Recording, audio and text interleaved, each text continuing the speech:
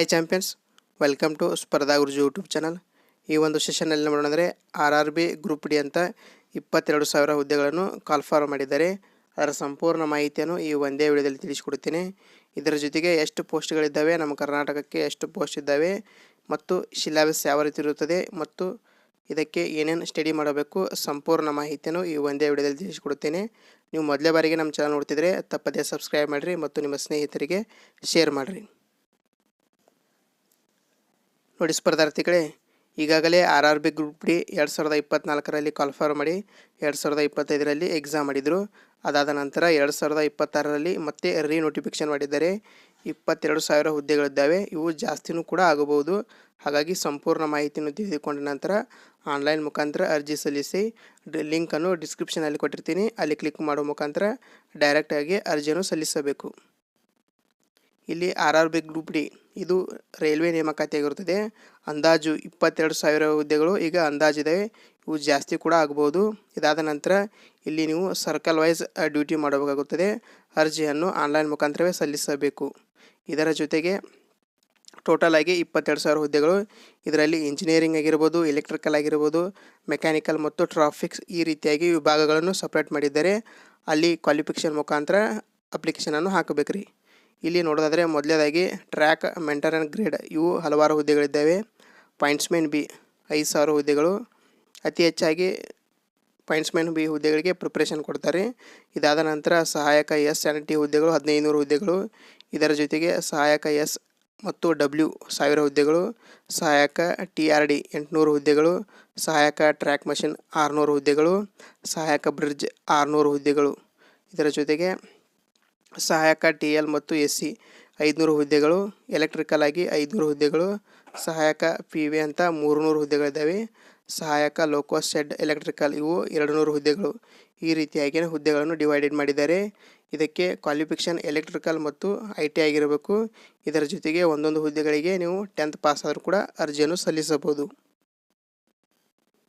ಇಲ್ಲಿ ನೀವು ವಿದ್ಯಾರ್ಥಿ ನೋಡೋದಾದರೆ ಅರ್ಜಿ ಸಲ್ಲಿಸಲು ಏನು ಮಾಡಬೇಕು, 10ನೇ ತರಗತಿಯನ್ನು ಪಾಸಾಗಿರ್ಬೇಕು ರೀ. 10ನೇ ತರಗತಿಯನ್ನು ಪಾಸಾದ ನಂತರ ಅರ್ಜಿ ಸಲ್ಲಿಸಲು ಅವಕಾಶ ಇರುತ್ತದೆ. ಇದಕ್ಕೆ ಅರ್ಜಿ ಸಲ್ಲಿಸಲು 18 ವರ್ಷ ಪೂರೈಸಿರಬೇಕು. 18 ವರ್ಷ ಪೂರೈಸಿದರೆ ಮಾತ್ರ ಅಪ್ಲಿಕೇಶನ್ ಹಾಕಲು ಅರ್ಹರಿರುತ್ತದೆ. ಇದರ ಜೊತೆಗೆ ಗರಿಷ್ಠ ವಯಸ್ಸು 33. ಇದಾದ ನಂತರ ನೀವು ನೋಡಿರುವ ಹಾಗೆ ಕೇಂದ್ರ ಸರ್ಕಾರದಲ್ಲಿ ವಯೋಮಿತಿ ಸಡಿಲಿಕೆ ಕೂಡ ನೀಡಿದ್ದಾರೆ. SC ST ಅಭ್ಯರ್ಥಿಗಳಿಗೂ ಕೂಡ 3 ವರ್ಷ, OBC ಅಭ್ಯರ್ಥಿಗಳಿಗೆ 3 ವರ್ಷ ವಯೋಮಿತಿ ಸಡಿಲಿಕೆ ಇರ್ತೈತಿ. ಇದಾದ ನಂತರ ಇದನ್ನು ಅಬ್ಸರ್ವ್ ಮಾಡಿ ನೀವು ಅಪ್ಲಿಕೇಶನನ್ನು ಹಾಕಬೇಕು. ನಿಮಗೆ ತಿಳಿದಿರೋ ಪ್ರಕಾರ ವೇತನ ಶ್ರೇಣಿ ನೋಡೋದಾದರೆ ಕೇಂದ್ರ ಸರ್ಕಾರದ ವೇತನವು ಈಗ 8ನೇ ವೇತನ ಪ್ರಾರಂಭವಾಗಿದೆ. ಹೀಗಾಗಿ ನೀವು ಈ ಗ್ರೂಪ್ ನಿಮ್ಮ ಕೈ ಹ್ಯಾಂಡ್ 35,000 to 40,000 ಎಲ್ಲ ಡಿಡಕ್ಷನ್ ಆಗಿ ನಿಮಗೆ ಕೈಗೆ ಬಂದು ತಲುಪ್ತದೆ. ಹಾಗಾಗಿ ಇದು ಒಂದು ಅತ್ಯುತ್ತಮ ಹುದ್ದೆ ಆಗಿರುವುದರಿಂದ ನೀವು ಅರ್ಜಿಯನ್ನು ಸಲ್ಲಿಸಿ. ಇದಾದ ನಂತರ ಅರ್ಜಿ ಶುಲ್ಕವನ್ನು ಆನ್ಲೈನ್ ಮುಖಾಂತರ ಪೇ ಮಾಡಬೇಕು. 500 ರೂಪಾಯಿ ಇರ್ತೈತೆ ಅಪ್ಲಿಕೇಶನ್ ಫೀ. ಹಾಗಾಗಿ ಎಲ್ಲರೂ ಪೇ ಮಾಡಬೇಕು. ಎಕ್ಸಾಮನ್ನು ಕಂಡಕ್ಟ್ ಆದ ನಂತರ 500 ಇದ್ದಲ್ಲಿ ನಿಮಗೆ 400 ರೂಪಾಯಿ ಏನು ಅಂತದೆ ಫೀ ರಿಟರ್ನ್ ಬರುತ್ತೆ. ಎಕ್ಸಾಮ್ ಅಟೆಂಡ್ ಆದರೆ ಮಾತ್ರ 400 ಅಮೌಂಟ್ ರಿಟರ್ನ್ ಬರುತ್ತದೆ. ಇನ್ನು ಯಾವ ರೀತಿಯಾಗಿ ಸೆಲೆಕ್ಟ್ ಮಾಡ್ತಾರೆ ಅಂತ ನೋಡೋಣ. ಮೊದಲನೇದಾಗಿ ಕಂಪ್ಯೂಟರ್ ಆಧಾರಿತ ಪರೀಕ್ಷೆ ಅಂದರೆ ಕಂಪ್ಯೂಟರ್ ಬೇಸ್ಡ್ ಎಕ್ಸಾಮ್ ಇರ್ತೈತಿ. ಇದಾದ ನಂತರ ನೆಕ್ಸ್ಟು ದೈಹಿಕ ಪರೀಕ್ಷೆ ಅಂದರೆ ನಿಮ್ಮದು ಫಿಸಿಕಲ್ ಸ್ಟ್ಯಾಂಡರ್ಡನ್ನು ಚೆಕ್ ಮಾಡ್ತಾರೆ. ಇಲ್ಲಿ ಉತ್ತೀರ್ಣ ಆದರೆ ದಾಖಲಾತಿ ಪರಿಶೀಲನೆ ನಡೆಸ್ತಾರೆ. ಇದಾದ ನಂತರ ವೈದ್ಯಕೀಯ ತಪಾಸಣೆ. ಹಾಗಾಗಿ ವೈದ್ಯಕೀಯ ತಪಾಸಣೆ ಮುಗಿದ ನಂತರ ನಿಮಗೆ ಆರ್ಡರ್ ಕಾಪಿ ಕೊಟ್ಟು ನಿಮ್ಮನ್ನು ಜಾಯ್ನಿಂಗ್ ಮಾಡ್ಕೋತಾರೆ. ಈ ರೀತಿಯಾಗಿ ಪ್ರೊಸೆಸ್ ಇರುತ್ತದೆ. ಮೊದಲು ಕಂಪ್ಯೂಟರ್ ಆಧಾರಿತ ಪ್ರಶ್ನೆ 100 ಮಾರ್ಕ್ಸಿಂದ ಇರ್ತೈತಿ. ಅದನ್ನು ಸಿಲೆಬಸ್ ಕೂಡ ಡಿಸ್ಕಷನ್ ಮಾಡೋಣ. ಕೊನೆಯದಾಗಿ ತಿಳ್ಕೋದ ಮಾಹಿತಿ ಏನಂದರೆ ಪ್ರಮುಖ ದಿನಾಂಕಗಳ ಬಗ್ಗೆ ತಿಳ್ಕೋಣ. ಇದಾದ ನಂತರ ಸಿಲೆಬಸ್ ಬಗ್ಗೆ ಚರ್ಚೆ ಮಾಡೋಣ.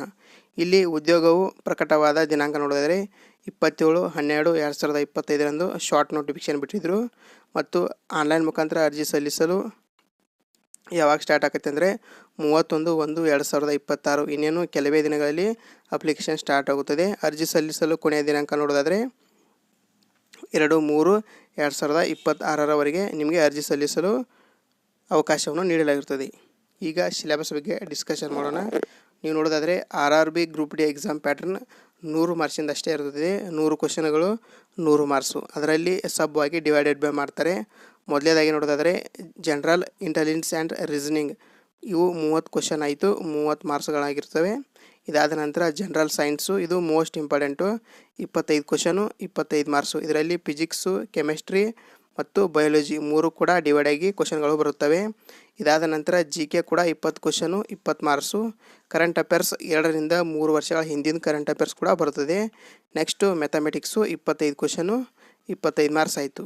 ಇಲ್ಲಿ ಟೋಟಲು 100 ಅಂಕಗಳಿಗೆ 100 ಪ್ರಶ್ನೆಗಳಿಗೆ 100 ಅಂಕಗಳಾಯಿತು. ಇದಕ್ಕೆ ಎಕ್ಸಾಮ್ ಬರೆಯಲು ಟೈಮಿಂಗ್ ಅವಧಿ 1.5 ಗಂಟೆ ಕಾಲಾವಕಾಶ ಇರುತ್ತದೆ. ಇದು ಕಂಪ್ಯೂಟರ್ನಲ್ಲೇ ಬರೆಯಬೇಕು. ನೋಡಿ ಸ್ಪರ್ಧಾರ್ಥಿಗಳೇ, ಇದಾದ ನಂತರ ಇದು ಎಕ್ಸಾಮ್ ಪ್ಯಾಟರ್ನ್ ಆಯಿತು. ಈಗ ಏನು ಮಾಡೋಣ ಅಂದರೆ ಸಿಲೆಬಸ್ ಅಂದರೆ ಚಾಪ್ಟರ್ ವೈಸ್ ಸ್ವಲ್ಪ ಡಿಸ್ಕಷನ್ ಮಾಡಿಬಿಡೋಣ, ನಿಮಗೆ ಕಂಪ್ಲೀಟಾಗಿ ಅರ್ಥವಾಗುತ್ತದೆ. ಇಲ್ಲಿ ಈಗ ಜನರಲ್ ಇಂಟೆಲಿಜೆನ್ಸ್ ಮತ್ತು ರೀಸನಿಂಗ್ ಬಗ್ಗೆ ಸ್ವಲ್ಪ ಮಾಹಿತಿಯನ್ನು ತಿಳ್ಕೊಳ್ಳೋಣ. 25 ಕ್ವಶನು, 25 ಮಾರ್ಕ್ಸ್ ಇರ್ತವೆ. 30 ಕ್ವಶನು, 30 ಮಾರ್ಕ್ಸ್ ಇರ್ತವೆ. ಮೊದಲನೇದಾಗಿ ಅನಾಲಜಿಕ್ಸು, ರಿಲೇಷನ್ಶಿಪ್ಸು ಮತ್ತು alphabetic and numeric number series ಮತ್ತು ಕೋಡಿಂಗ್ ಆ್ಯಂಡ್ ಡಿಕೋಡಿಂಗು, ಜಂಬ್ಲಿಂಗ್ ವರ್ಡ್ಸು. ಇದಾದ ನಂತರ ಸಿಮಿಲರ್ ಆ್ಯಂಡ್ ಡಿಫ್ರೆನ್ಸು. ಇದಾದ ನಂತರ ಕ್ಲಾಸಿಫಿಕೇಷನ್ಸು, ಕನ್ಕ್ಲೂಷನ್, ಡಿಸಿಷನ್ ಮೇಕಿಂಗು, ಡೈರೆಕ್ಷನ್ಸು ಮತ್ತು ಡಾಟಾ ಇಂಟರ್ಪ್ರಿಟೇಷನ್ ಅಂದ ಈ ರೀತಿಯಾಗಿ ಇರ್ತಾವೆ. ಇದನ್ನು ಒಂದು ಸ್ಕ್ರೀನ್ಶಾಟ್ ತೆಗೆದುಕೊಳ್ಳಿ. ನೀವು ಸ್ಟಡಿ ಮಾಡುವ ಟೇಬಲಿಗೆ ಅಂಟಿಸಿದ ನಂತರ ಡೇ ಬೈ ಡೇ ರಿವಿಷನ್ ಮಾಡಿರಿ. ಇನ್ನು ನೆಕ್ಸ್ಟ್ ಏನು ಮಾಡೋಣ ಅಂದರೆ ಮ್ಯಾಥಮೆಟಿಕ್ಸ್ ಸ್ವಲ್ಪ ಸಿಲೆಬಸ್ ಬಗ್ಗೆ ತಿಳ್ಕೊಂಡು ಯಾವ್ಯಾವ ಚಾಪ್ಟರ್ ಇರ್ತಾವಂತ. ಮ್ಯಾಥಮೆಟಿಕ್ಸ್ ಸಿಲೆಬಸ್ ಈ ರೀತಿಯಾಗಿರ್ತೈತಿ. ಇದೊಂದು ಸ್ಕ್ರೀನ್ಶಾಟ್ ತೆಗೆದುಕೊಳ್ಳಿ. ಇವು ಯಾವಂದರೆ number system, time and distance, BODMAS ನಿಯಮ. ಇದಾದ ನಂತರ simple and compound interest, percentage ಮತ್ತು elementary statistic, algebra, mensuration, LCM, profit and loss, time and work, HCF, calendar, clock, ratio and preparation, age calculation, square root, fractions ಈ ರೀತಿಯಾಗಿ ಚಾಪ್ಟರ್ಸ್ಗಳಿರ್ತವೆ. ಇದನ್ನು ಕೂಡ screenshot ತೆಗೆದುಕೊಳ್ಳಿ. Day by day daily practice ಮಾಡ್ಕೋತ ಹೋಗಿರಿ.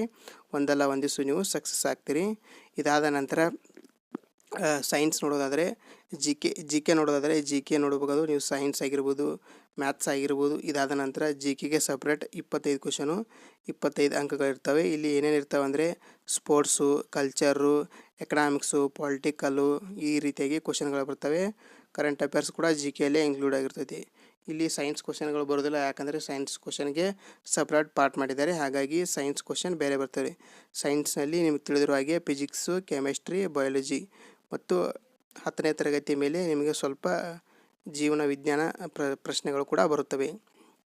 ಈ ರೀತಿಯಾಗಿ ಸಿಲೆಬಸನ್ನು ತಿಳ್ಕೊಂಡಿದ್ರೆ ಇದೇ ರೀತಿ ಉಪಯುಕ್ತ ಮಾಹಿತಿಗಾಗಿ ನಮ್ಮ ಯೂಟ್ಯೂಬ್ ಚಾನಲನ್ನು ಸಬ್ಸ್ಕ್ರೈಬ್ ಮಾಡಿ ಮತ್ತು ನಿಮ್ಮ ಸ್ನೇಹಿತರಿಗೆ ಶೇರ್ ಮಾಡಿ.